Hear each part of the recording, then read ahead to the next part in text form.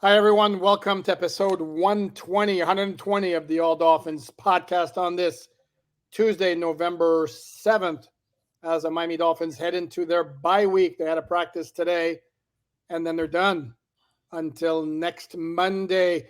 Before we do our obligatory spiel with the jersey number, Yeah. this is the part where I thank everybody and do a loud cheer. As we stated our goal of reaching 10,000 subscribers yesterday, we have reached that threshold, and the crowd goes nuts. Listen, not just the crowd, but me. I mean, that was a personal goal for me. Poop was just like, oh, well, that's a little bit aggressive. And I'm like, bro, who out there's out here dealing the blue magic like we are? Do you know that reference? No, you're about to say black magic, or No, it's blue magic. Okay, black magic is voodoo, right? Isn't black magic? Yeah, voodoo? Black magic is voodoo. Okay. Blue magic is from the movie American Gangster. Did you ever see that movie American Gangster with Denzel Washington? I wanted to see it many, many times, and I think I was always stopped by the length of the movie, if I recall correctly. Oh, you definitely have to watch it this weekend. Okay. No. Family trip this weekend. Not watching it this weekend. Okay, all right. It's my weekend. But it's basically about drug trade, and blue magic is basically, I forget the characters, but Denzel Washington plays a famous American gangster who basically took over the drug trade in America and did it by going directly to Cambodia or wherever and getting his drugs and bringing it directly to the U.S. and cutting out the Italians and everybody. Sure, that went over well. Huh?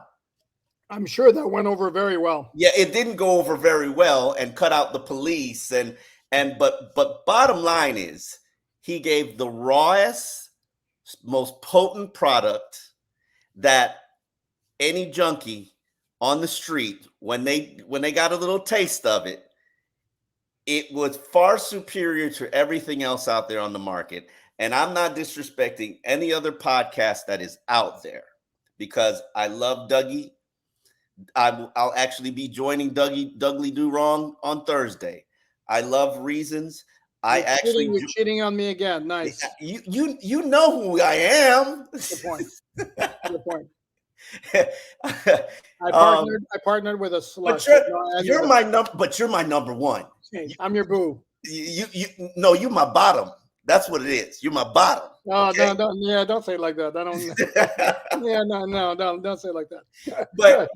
But the whole point is, there's no supplier giving you daily stuff from actually being at practice and actually being in the locker room and actually having contacts with agents and players and executives.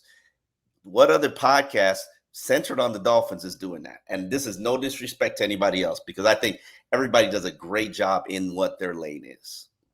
And I will add this, I will toot my own horn because nobody else is going to do it, so I'll do it myself, or have somebody who's covered the team for now 34 years full time. In fact, I was noticing this, that Friday will be the 38th anniversary of the first Dolphins game I ever covered. November 10th, 1985 at the Orange Bowl. Dolphins Jets won 21-17 on a last-minute 50-yard touchdown pass from Dan Marino to Mark Duper, his first game back after missing like 8 weeks with a broken hand. And this was back in the days. I think you might even have known this in your journalism career, Omar, but back in the day, every newspaper assigned 4 or 5 people to cover a game, including some whose sole responsibility was to cover the visiting team. And I was covering teams back in those days. Oh, okay. Well, my duty that day was the Jets locker room, which was not a happy place after they lost that game. Listen, I go back to the days of 1998. I don't know what my first Dolphins locker room was or Dolphins experience was. It was an internship in. Oh yeah, I tell the story all the time, but nobody cares about that story. No, really. We care about blue coloring And Dopants, you mentioned that. It brings me to Breaking Bad, which also had blue coloring, and their product was Exactly. the bomb. What did they call their product? I have no idea. Heisenberg or something like that. Well, Heisenberg was the one who made it. Yes. But yeah, I forget what their product was called. You guys in the comments, you let us know what their product was called. But that's what I'm telling you, Poop. We got it. And right now, we just need to make sure that people know where they can come and get that good stuff. Tap it right into your veins. And today on All Dolphins, we will be here all by week, by the way. All by week. We're not abandoning you. We're not leaving you. Poop is going on vacation. I'm making him bring his computer. No. or we're taping stuff in advance. One of the two. I mean, we've got Devon Best coming up. I'm working on a couple of other things special for you guys that will give you some episodes from us. But let's talk about today's one and only practice of bye week. Hold on, I haven't done the jersey number. Come on. All right, number 20. There's some people who would be like, oh, good, they're not doing it. And there are others who actually like it. So number 20, and I don't know where we started doing it when we did the first go around. Obviously, the best to wear number 20 is probably Rashad Jones.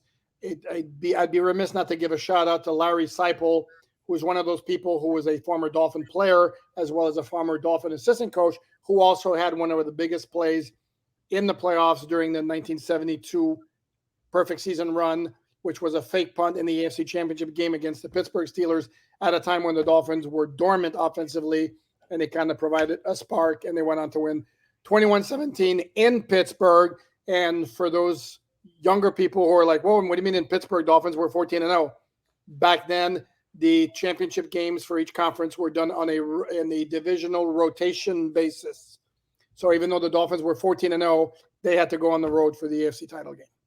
Interesting. But I don't think you gave Rashad Jones enough love. Where would you rank Rashad Jones in the era of players who've played in the last 20 years? Well, 20 years would be 2003.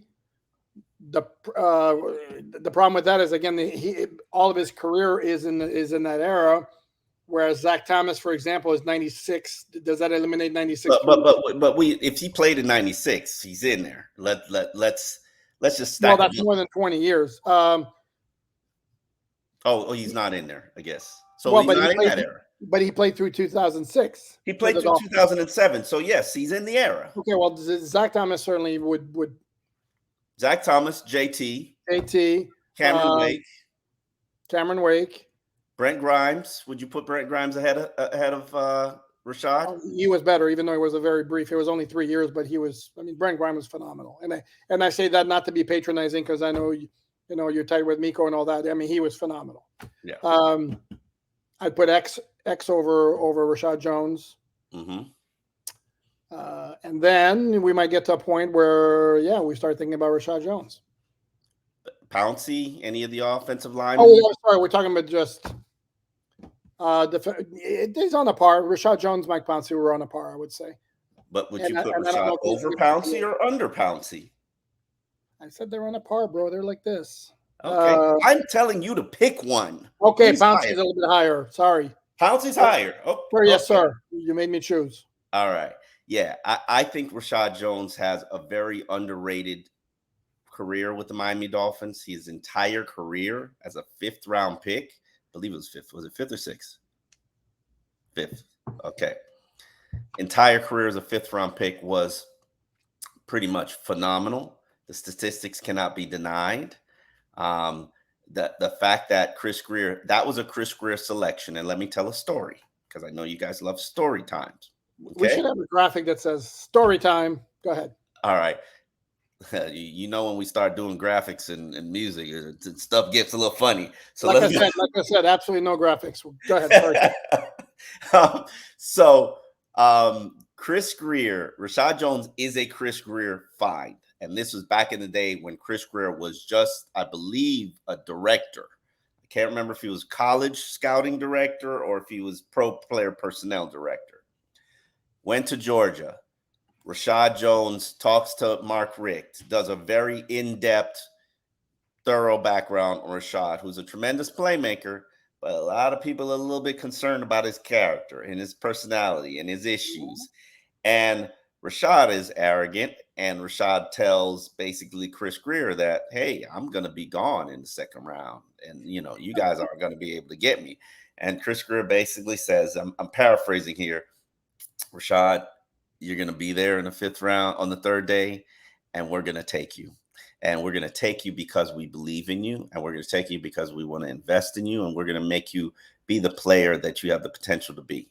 Because Rashad was a playmaker, but he didn't always do things the right way, and he didn't You mean get a great freelancer? reviews. Huh? A freelancer. Yeah, and he didn't always get great reviews from a character standpoint from his college. So that's a lot of times why players fall. And Rashad spent his entire career wondering why he fell in the draft. And Chris Greer was like, no, he didn't, because I told him. I told him why he fell in the draft. And so that was one of the guys that Chris Greer banged the table for early in his career. And it's probably maybe the selection that is the reason why he's the general manager of the Miami Dolphins. Yeah, that makes sense. No, that, I mean, they nailed the crap out of that pick. Yeah. 2010 through Fabric out of Georgia. And then, yeah, and the entire time he was in Miami, there was always that, when you talk to him, there was always that, I need to get somebody, people give me my respect. People give me my respect. Like, that was major with him, more Absolutely. so. And I still advocate and fight for that on Rashad's behalf, because people don't give him that respect. This respect that people give Javon Holland right now. Oh, wow. You're going to right at this minute, right now, about Javon Holland is the best safety in the NFL. Did they ever give Rashad Jones that respect? No. Player-wise, player, pound for pound, player for player, and I know Javon is still early in his career. Rashad didn't really blow up and take off until maybe his fourth season. But pound for pound, bro, it ain't even close in terms of impactful plays. Not even close. You're preaching to the choir here. I'm completely with you, and I know we've been called haters for this and for many other things, actually. But yeah, no, and it's nothing personal. Not hating on the guy. To me and to Omar, I don't want to speak for you, but I think his reputation right now supersedes is actually his accomplishments on the field. Not to say hopefully we are proven wrong, and hopefully he continues to turn up the volume. But ultimately, I look at it from the standpoint if Javon Holland doesn't have 3 interceptions this season, why is he an elite cornerback? Why is he an elite safety? I mean, let's show me the elite play. Show it to me, please. All these pro football focused people provide me a break. Baldy did one game where he had 2 forced fumbles. Okay, show me the season breakdown. Show it to me. Bring it up. But anyway, this is not a Javon. I like Javon. I think he's a good player. I think he's going to be trending upwards. He's going to be shaking down the franchise for a new deal this offseason.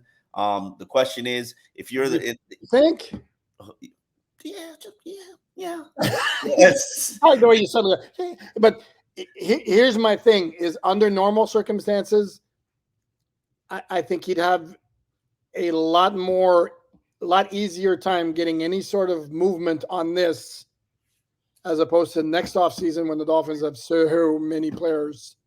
No, you get your money now when you can get it. And Rashad, that's not what I said. I said I think Chris Greer is going to be a hell of a lot less receptive next offseason. We got so many things on his plate. Yeah.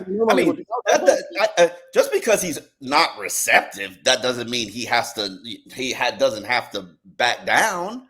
I mean, Javon Holland's going to be a second-round pick who doesn't get playing time escalators, and that's what people don't understand. When you're a second-round pick, you don't get playing time escalators. So at one point, Durham Smythe, who was drafted 2 rounds lower than Mike Gesicki, was making more money than Mike Gesicki because he was getting playing time escalators. He was making nearly twice as much as Mike Gesicki before Mike Gesicki got the franchise tag. This is just the dynamics of the NFL. So Javon Holland's going to be like, where is my money? And just like everybody else is going to be like, where is my money? And Chris Greer is going to be like standing out there holding his pockets empty because he's got to give this guy $50 million. You can figure out which guy that is. He's got to give this guy $20 million. You can figure out which guy that is. He's got to give this guy $10 million. You can figure out which guy that is. He's got to give this guy, $9 million. You can figure out which guy. No, you can't. But listen. I'm still trying to figure out the 50, but that's a different story.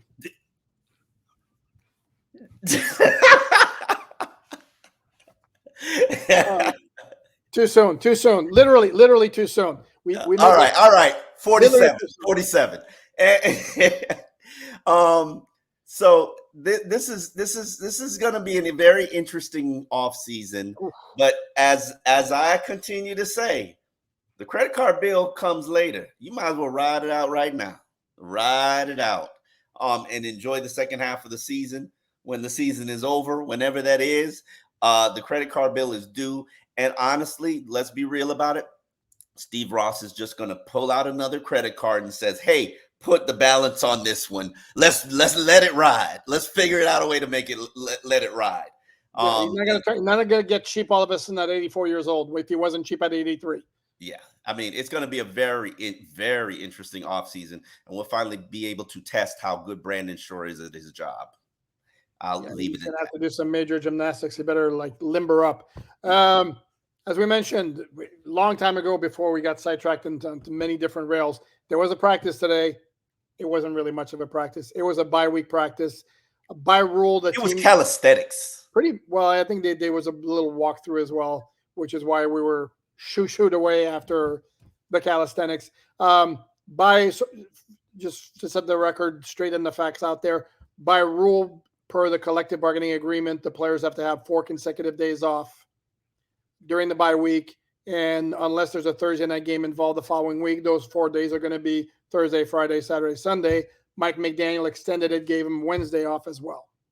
So, and it's a very light practice. And anybody who's got any kind of little inkling of a physical ailment or an injury ain't practicing in a bye week practice. So because of that, the list of players we did not see out there: Tyreek Hill, Jalen Waddle, Chase Claypool, Braxton Berrios, Durham Smythe, Alec Ingold, Raheem Mostert, Robert Hunt, Robert Jones, Teron Armstead, Xavier Howard, David Long Jr.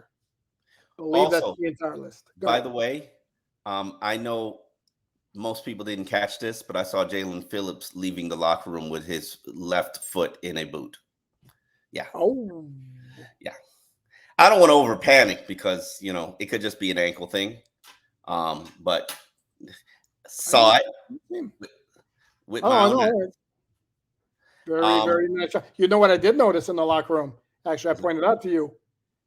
NFL Films crew members chatting up players, setting the stage, I guess getting to know the chit-chat, getting to know the players, and basically probably you're learning them, we're going to be up in your grill when you come back from the bye, because that's when the filming starts. No, they need to get into their homes now. They need to see their off-season lives. They need to use people to start to tell personal stories, and those who would be willing to see who'd be willing. And I have my list of suspects that does not feature Tua Tagovailoa that are going to be prominently featured.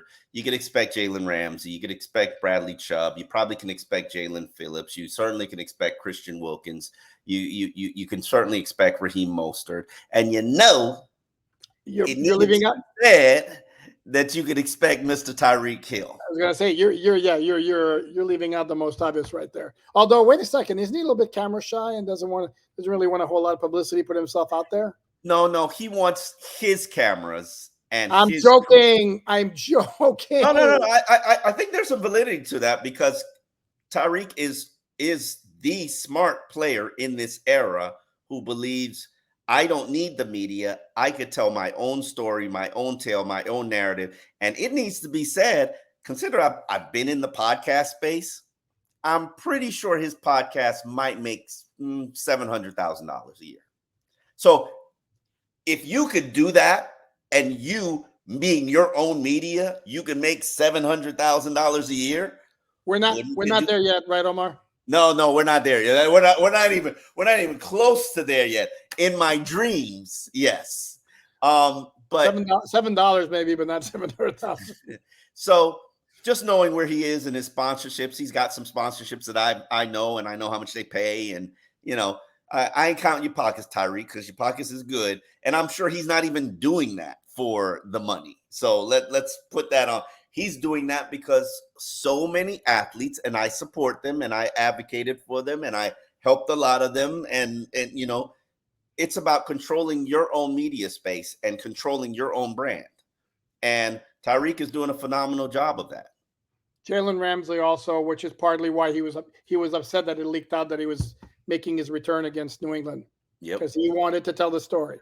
Mm-hmm. And I'm sure he'll be using the bye week and Hard Knocks to do that. No, correct. No, and that's the way of the world in 2023. And this, I mean, you wind up like news stories being or stories or newspaper stories or whatever being written off people's podcasts, athletes' podcasts, or league-owned or league-affiliated networks, getting fed the scoops. We mentioned the player role at practice today, and if you noticed, that's 4 wide receivers who were missing out of 6 on the active roster. Head coach Mike McDaniel said before practice, River Craycraft has not experienced any setback, kind of suggested he's about to get activated. Having said that, there are also a couple of different faces in the locker room. Were there not, Omar? Yes, there were. There were wide receivers who were there to have a tryout with the Miami Dolphins. Obviously, something is percolating. What that means, we don't know. There's going to be some movement, and there is some concern. I continue to be concerned about Tyreek Hill, and even though he wasn't on the injury report last week, just my history of knowing receivers, hip is something that doesn't get better. It just progressively gets worse, and I'm not using that as an excuse for what happened or how he played or anything like that. But I'm just a little bit concerned. And I know cheetahs don't get hurt. I know, but I'm pretty sure Tyreek Hill will be spending this week in a cryo chamber, getting needled and acupuncture and massage and cryotherapy and the freeze therapy. You have no idea what these athletes go through just to ensure that they can play a 17-game season. And even Tyreek on his podcast, It Needs to Be Said, last week, he said that a guy comes in, he flies a guy in every Monday to basically beat up his body. And that's what helps him get ready for game day. And I'm like, I'm dying to see. Come on, It Needs to Be Said, crew. Y'all got to show me that process. You got a YouTube channel? Hook a brother up. I want to see Tyreek get beat up by the guy who's the body guy. And even when I was doing podcasts with I Am Athlete, one of the more fascinating things that I ever discovered was what an athlete physically has to go through and all the things that they have to go through in order to make it to game days. And majority of the time, most athletes got 2, if not 3 massages during the week. And sometimes they would fly their masseuse in, and this isn't any Deshaun Watson tip. These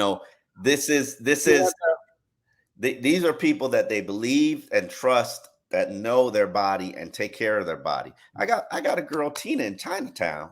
I could give you the number if you want.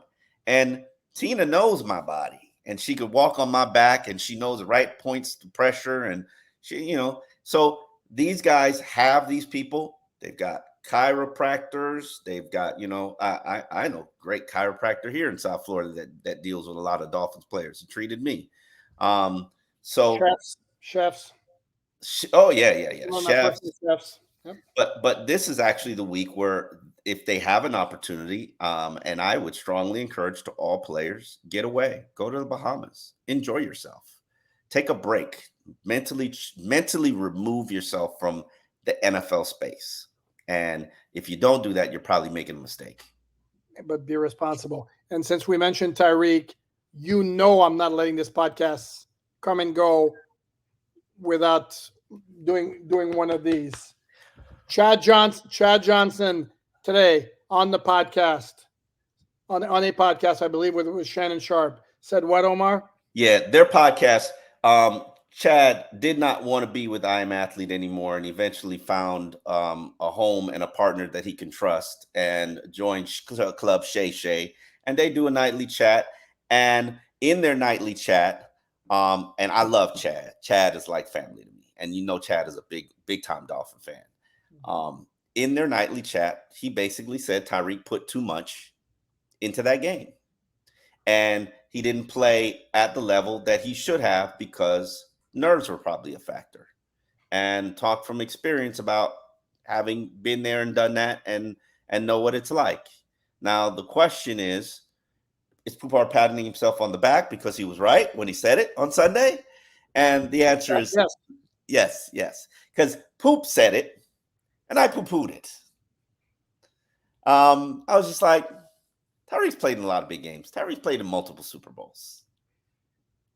But I agree with you. But if you listen to everything he said, and he did a whole bunch of interviews, including one with Michael Irvin that showed before the game, and the way he was talking about the game, and I made that comment to you, like, and you said yesterday, like the Chiefs are an old girlfriend, and it's like, yeah, the Chiefs are an old girlfriend that Tyreek is still massively pining for.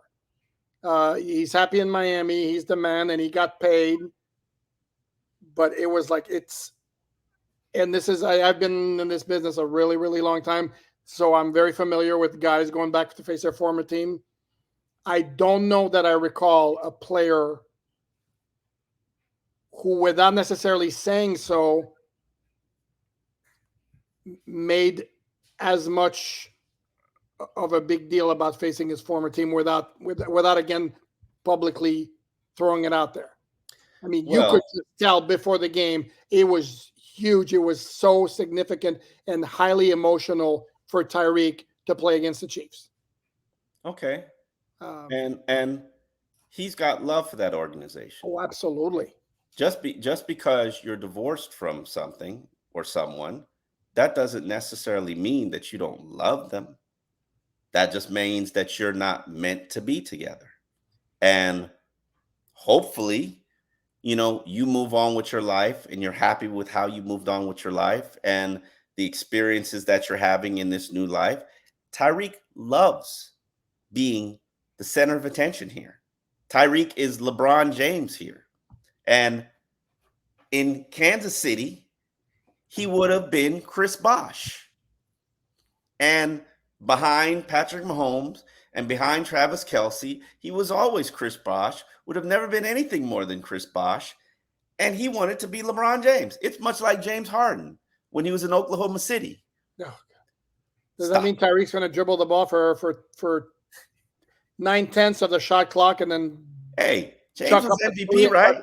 Foul? Sorry? James was an MVP, right? No, but I can't with him. Anyway, what was I going to say? No, and yes, you make a good point because part of the issue with Tyreek, it was 95% the money and then maybe 5% he wanted more targets. And I think more than 5%. I think 10%. And I think and I think another 10% is he wanted to be the man. And another 10% is he wanted to get out of Kansas City and actually live someplace where he enjoyed. No offense to Kansas City fans or people or barbecue those who enjoy the Midwest. I'm sorry, it's November 7th. I'm wearing shorts and flip flops. Come on, people, let me live. It's sunny out here. That's fair. So Tyreek loves the Chiefs. The Chiefs are still. He still has love for them. Yes, he does. And he's never hidden that. But just because you love somebody, that doesn't mean that it's healthy for you to be with them. And Tyreek is happy where he is. So did he want to have a good performance with his old flame against his old flame? Yeah. He wanted to show up. He wanted to show up and he wanted to have a beautiful girl on his arm. And let him know. He was too jacked for it. That's the problem. What did he say? He said he was a little too jacked for it. Chad said he was a little too jacked for it, right? No, I said he was a little too jacked for it. Okay, what did Tyreek say? They have to be better to beat these teams. And they do. And he contributed to the loss. I would have been proud of Tyreek if he said, "I'm responsible for this loss." No, Tyreek said, and on the contrary, he said, "I thought I played very well," which kind of like, really, you did? Okay. And then he I would goes, have loved to have heard him say, "I'm responsible for this loss," "Yeah, even no." though he's not. But even if Tua wasn't responsible for the loss, you think he would have taken it? But there's no point in anybody saying we lost. That's my fault. I don't particularly care for that. If You it's don't. no, if it's gratuitous, if I it's need it. if it's very obvious that there's one play that cost you the game and you're the one who's responsible for the bad play, sure, go for it. I need it. I need it. See, I don't. It's too much. I go back. Those of you who are old enough, Dolphin fans, this is a little before you. And I've told you about this press conference. This is before you were on the beat. In 2002, Dolphins were 5-1. Jay Fiedler hurt a thumb in a Sunday night win against the Denver Broncos. Ray Lucas, who was his backup, who was a good backup, started for him the next Sunday against Buffalo in Miami and had a really brutal performance. And then he proceeded to beat himself up in a press conference like I've never seen. I have never seen a player beat himself up like that, to the point where it was like, no, dude, it's a team game. You had a bad outing, but it was too much. And if ever somebody needed to do that, okay, fine, because he if you're gonna point the blame at any player, that was it. But I mean, football is the ultimate game, unless it's again against somebody who's clear cut, blew the game for you. I don't see a great need in saying, yeah, it's my fault. I messed it up. Oh God, you're just making me remember the Philip Merling incident in the Green Bay loss with Joe Philbin, where basically Aaron No, you mean talking about Philip Wheeler? Philip Wheeler, yeah, Philip Wheeler, Wow. where where Aaron Rodgers like sees Philip Wheeler out there covering a tight end. They David call Martin. it, huh? What do you say? David Martin. Yeah. And they basically call a timeout, and then they put him back in there to cover the tight end, and then he scores on Philip Wheeler, and literally Philip Wheeler costs his team the win. And we go into the locker room.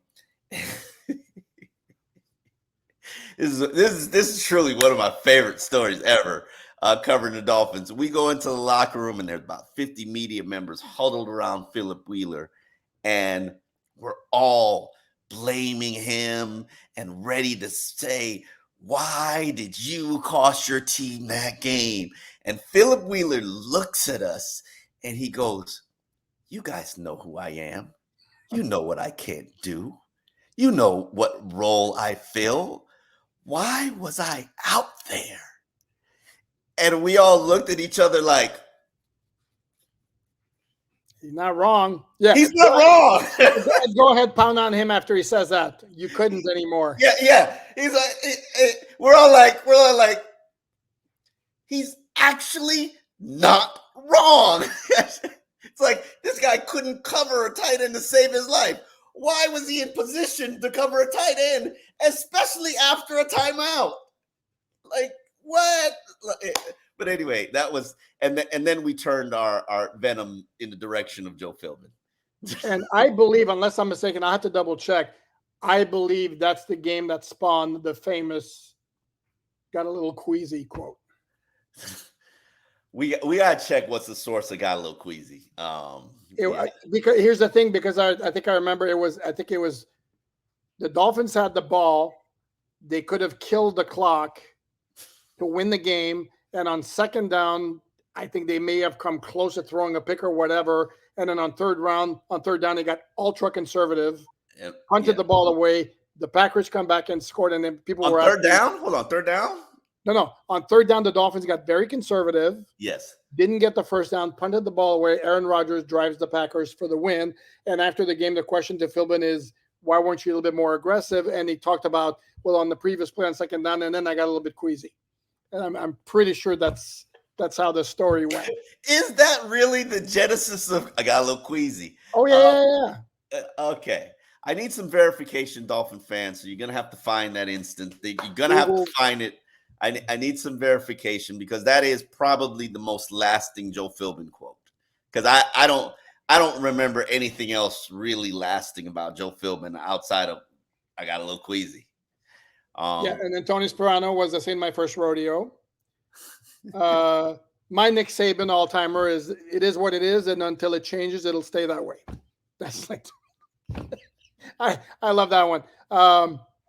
Who else? Cam Cameron is phrase fail forward fast, so we need to turn those thumbs this way or fail forward fast. What was Joe Philbin? I mean, not Joe Philbin. Adam Gase. Yeah, Gase. I remember Adam Gase having like a famous quote that really stood out. Mm-mm. Brian Flores is superstar. You know that's coming up. Superstar. Yeah. You. What's so funny, Safid? That's what? What's so funny, Safid? Oh, Safid. Yeah. That was funny. Let me go back to the original point though. No, I didn't want Tyreek to blame himself for the loss because to me it's not purely on him. I wasn't necessarily crazy about when he said I think I played well because I don't think he played well, but that's just me. Mm-hmm. But going back and then again, we going back to this issue with the wide receivers. Again, something's amiss with the fact that they're working out wide receivers at a time when River Craycraft appears on the way back.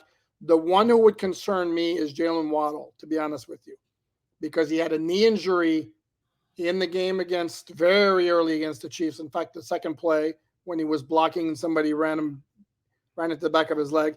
He did come back. He did finish the game. But those type of things are sometimes you can play with an injury that's not diagnosed at the time. And I certainly hope that's not the case, but he's the one I would be a little bit nervous about. Mm-hmm.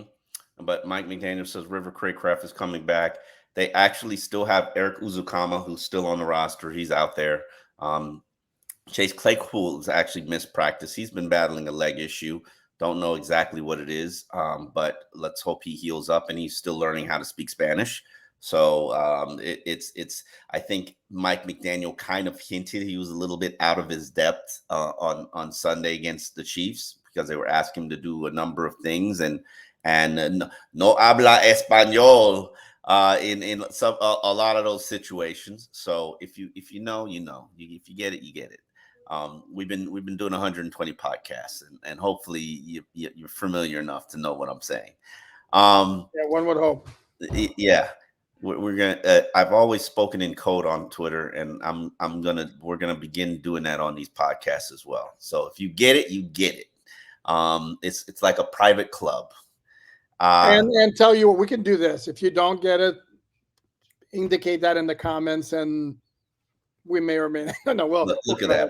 Poop wants to help everybody who's not in the cool crowd be cool. So I'm trying to show I'm a good guy despite.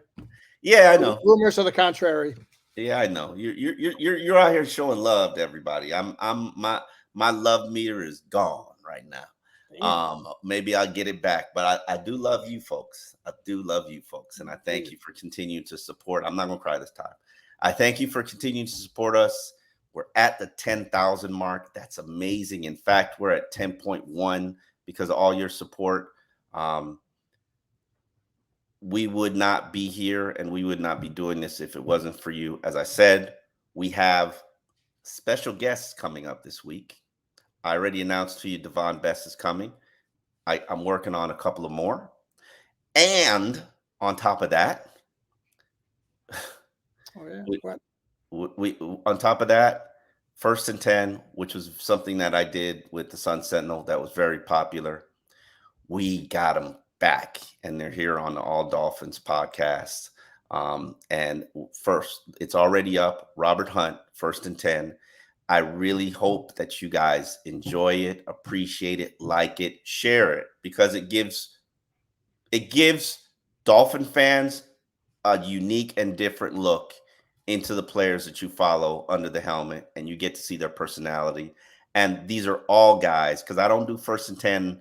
I only do 1st and 10 with new players. And unfortunately, because of COVID, I have not been able to do 1st and 10 for 3 years. And then, I went to go work for a narcissist. So I did not have, was not in the locker room when we finally returned to the locker room. So thankfully, you're going to get an opportunity to learn about guys like Robert Hunt and Andrew Van Ginkel and Raekwon Davis and Kader Kohu you know, we got them lined up for you, and we're going to give them to you all during the bye week, 9 a.m. first and 10. So look for them in the morning, and hopefully like, tweet, share.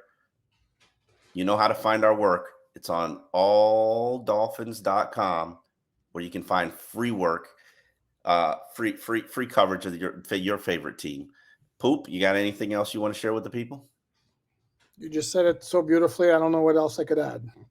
Just repeat what Omar said. Thanks everyone for watching. We will be back tomorrow, and then the next day, and then the next day, and then the next day, and we'll be here for you. So thank you for watching. Thank you for continuing to support us. Like, share, tweet. You know how to find us.